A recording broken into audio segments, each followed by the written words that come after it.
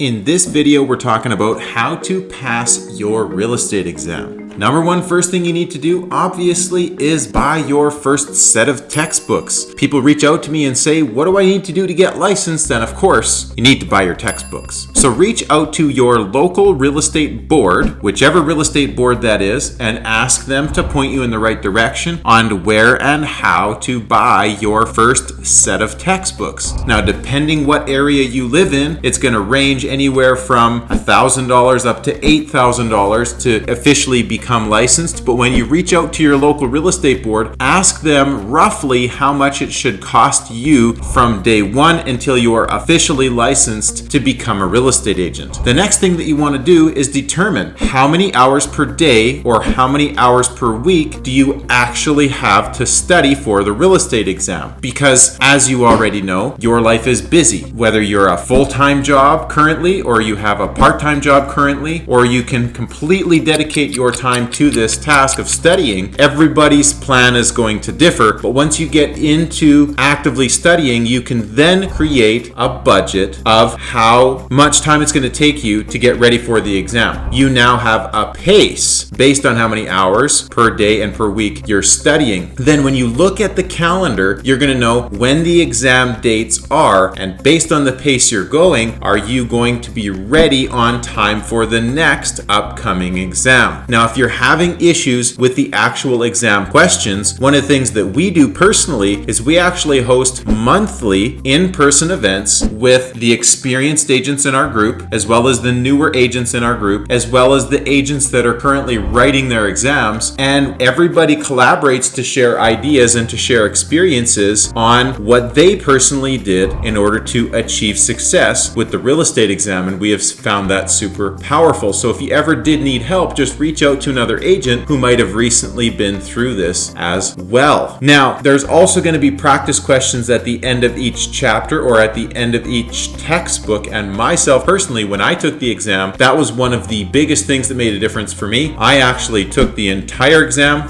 practice questions, and then I corrected all of my answers. I took the whole exam again for the second time, and I achieved such good marks that I realized I probably overstudied when I originally got into my first exam. Now, in each area, it might be a little bit different in terms of what you specifically need to become licensed. In our area, it's actually mandatory for you to get your residential exam, your commercial exam, your farm exam in order to become licensed. Of course, once you are licensed, later on you could pursue further the property management accreditation and the actual brokerage license as well. I have all 5 of those, and I have found them to be helpful, although I do use some more than others. Somewhere along your journey, you're going to want to start talking to brokerages. Now, once you know, it might take you 3 months or 6 months, maybe 9 months or even a year from the day you buy your textbooks until you're officially licensed, but somewhere in there, you're going to want to start talking to real estate brokerages. Now, you want to ask them questions like, what sort of systems and training do you have in place for new agents to make sure that you can have the best ratio possible for success rate? Because as we know, most real estate agents do not become successful in their first short few number of years as an agent. And one of the main reasons for this is that they don't know what they're supposed to be doing on a daily and weekly basis. So again, what we do for our agents is once you've bought your first set of textbooks, that is actually the perfect time to get in touch with me. Because what I'm going to do is I'm going to first ask you a number of questions to determine what you have as an asset bringing into the real estate business, because everybody has different experience prior to, and everybody brings something different to this real estate business. And depending on what you have for your current existing network in your community today, and depending on what experience you had in your previous career prior to real estate, that's going to help me determine what your initial launch plan is going to look like. If you know a lot of people, then it's a matter of getting organized and getting back in touch with those people, and you can do so before you get licensed. And if you don't know anybody, then we're going to start talking about some strategies strategies and some networking that you can do, again, prior to becoming licensed, to help make sure that you're giving yourself as big of a head start as you possibly can, so that when you are licensed on day one, you can push the button and hit go, and you're going to have clients right away as soon as possible. When you study your real estate textbooks, what you're going to learn is how to not break the law selling real estate. But of course, what they don't teach you in the courses is essentially how to make money selling real estate. And it's quite easily, when you're not an experienced agent yet and you just spent 12 months studying how to not break the law selling real estate, sometimes it can be easy to become fearful not to make a mistake when you get into real estate. So it is important that you reach out to and find a mentor as soon as possible. Now, after having the conversation about your launch plan and about what your scenario is and about what your goals are getting into real estate, or maybe what your concerns are getting into real estate, the next step that we take you through is essentially what our company has to offer. I don't even have that conversation with brand new licensees until I've already instilled confidence in them that me personally and our team and our group has all of the resources available to them to feel confident that they will become a successful real estate agent following the plan that we have. Because the benefits of the company are secondary. It really doesn't matter what the cost is. It really doesn't matter what all the benefits of the company are if you don't feel confident in the person that you're partnering with and that they can help you become successful as a brand new real estate agent. Because your number one concern is, which company am I going to be able to work at that's going to have the best chances possible for me to become a successful agent early on? Next part of the conversation is, what are the pros and cons of the brokerage? And of course, part of that is, what are the monthly fees? What is the total cost for being a part of this brokerage? What sort of training does the brokerage have? Not just the specific partner that you're working with, but the brokerage itself. And then what does that all look like